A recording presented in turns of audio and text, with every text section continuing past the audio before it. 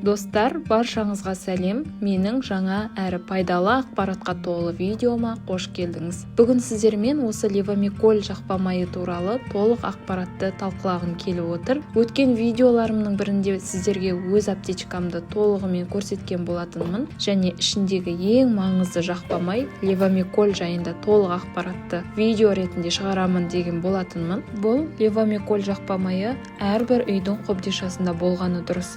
Оның әрекет етуі өте тез, көптеген жараларды осы майз тез жазған еді. Басқа майздарға қарағанда эффектісі мықтырақ. Тіпті бағасы өте арзан. Мен бұны соңғы рет алғанымда аптекада 600 теңгеге сатып алған болатынмын. Жалпы майздың көлемі осындай 40 грамм. Ішінде инструкциясы бар. Қолданар кезде инструкциясын қай кезде қалай қолданатыны туралы толық оқып алсаңыздар болады, және міндетті түрде дәрігердің кеңесімен пайдалану қажет. Ең бірінші, левомиколь жақпа майы беттегі безеулермен күреседі. Осындай мақталы таяқшамен аздап безеудің үстіне майзды жағып бірнеше сағатқа қалдырыңыз. Процедураны бірнеше күн жасау қажет. Бірнеше уақыт өткеннен кейін беттегі безеулер кеуіп, құрғап, ешқандай асқынусыз жараның ізін қалдырмай емдеп шығады. Екіншіден, геморройды емдеуге көмектеседі. Егер проктолог дәрігер рұқсат етсе, бұл майз геморрой түйінін жазып, ауырсынуды, қабынуды, ісіну, трещиналарды емдеп шығады. Геморройды емдеу үшін стерилді мақталы тампонға жақпа майдан аз ғана жағып, жараның үстіне 15-20 минут қойып, ем қабылдауға болады. Әрине, міндетті түрде проктолог маманның кеңесі керек, және басымнан өткен бір жайтпен бөлісе кетейін. Аурудың ұяты жоқ дейді. Бірінші босануымда менде эпизиотомия жасалған болатын. Бұны әйелдер жақсы түсінеді деп ойлаймын. Сол кезде разрывтың орны тез жазылу үшін дәрігер осы левомиколь және метилурацил жақпа майларымен емдеуді кеңес еткен. Ол үшін стерилді мақтаға жақпа майды жағып, жараның, яғни сол эпизиотомия болған разрывтың үстіне басып қойып емдегенде 1 апта ішінде менде жазылып кеткен еді. Міндетті түрде дәрігер кеңесі керек. Себебі ол кезде менде разрывтан басқа да симптомдар болған еді. Тіпті қандай жара болғанын өзім де білмеймін. Бірақ 1 апта ішінде дәрігердің кеңесімен осы майздар себебімен тез жазылып кеткен болатын. Үшінші пайдасы, левомиколь майзының тағы бір жақсы жері, әрдайым аптечкамызда тұрса алғашқы көмек. Күйік пен үсік шалған жерлерге пайдалы. Бірінші және екінші дәрежедегі күйіктерді емдеуге көмектеседі. Үсік шалған жерлердің қалыпқа келуін жылдамдатады. Сонымен қатар іріңді жараларды емдейді. Кесілген, тілінген, күйген жерлерге түскен инфекцияларды жояды, іріңді безеулерді құрғатып, жазылуын тездетеді. Сондай-ақ левомиколь жарықтар мен мозольдарды өте жақсы емдейді.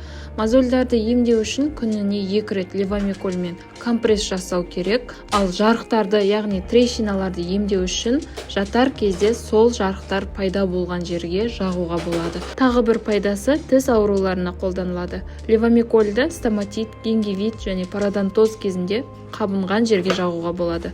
Тек бір ғана кемшілігі, левомикольдің иісі болмаса да қышқыл дәмі болады. Егер соған шыдай алсаңыз, левомиколь стоматит пен пародонтозды тез арада емдеп шығады.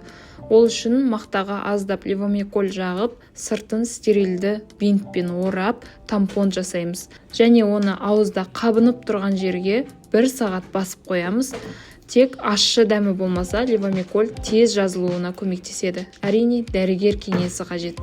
Сосын левомикольмен псориазды емдеуге болады дегенді естідім, бірақ мен бұнымен келіспеймін. Егер псориаз кезінде тері жараланып, оған инфекция түссе, левомиколь сол жараның іріңдеуін тоқтатып, қабынуды басуға көмектеседі.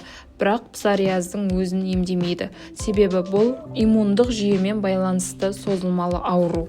Левомикольдің тағы бір пайдасы, уколдан пайда болған ісікті басады. Денеде қандай да бір ісік болса, левомикольдан азғантай ғана алып, мақталы дискке жағып, ісік үстіне пластермен 2-3 сағатқа жабыстырып қойсаңыз, ауырсыну мен ісікті басады. Бұл керемет майз тағы да герпес, суық жараларды емдейді. Әсіресе бастапқы кезеңдерде енді басталып жатса, бірден левомиколь жағып, бірнеше сағатқа қалдырса, герпестің алғашқы кезеңінен ақ емдеп шығады. Егер бастапқы кезең емес болса, онда 2-3 рет левомикольмен компресс жасауға тура келеді, өте жақсы көмектеседі. Бұл майздың бірнеше пайдасын айтып кеттім, ал қарсы көрсеткіштеріне келер болсақ, левомиколь майзын жеке аллергиялық реакция болуы мүмкін жағдайда ашық қан кетіп тұрған жараларға көп мөлшерде қолданбаған дұрыс. Және ұзақ уақыт қолдану терінің құрғауына әкелуі мүмкін. Егер жарақат, күйік немесе қабыну күшейіп кетсе, міндетті түрде дәрігерге қаралу қажет. Бүгінгі ақпарат сізге пайдалы болды деп ойлаймын. Осыған ұқсас қызықты әрі пайдалы видеоларды көру үшін менің арнама тіркеле кетіңіз. Және басқа да видеоларымды көру үшін каналымды ашып, плейлист бөліміне өтсеңіздер, мұнда неше түрлі видеоларды тақырыптарға бөліп, сіздерге ыңғайлы етіп қойғанмын. Әртүрлі бағыттағы қызықты видеоларды осылайша менің арнамнан тамашалай аласыздар. Бүгінгі видеоны соңына дейін қарап, маған қолдау білдіргеніңіз үшін рахмет. Сіздермен болған Кәусар. Келесі видеода кездескенше сау болыңыз.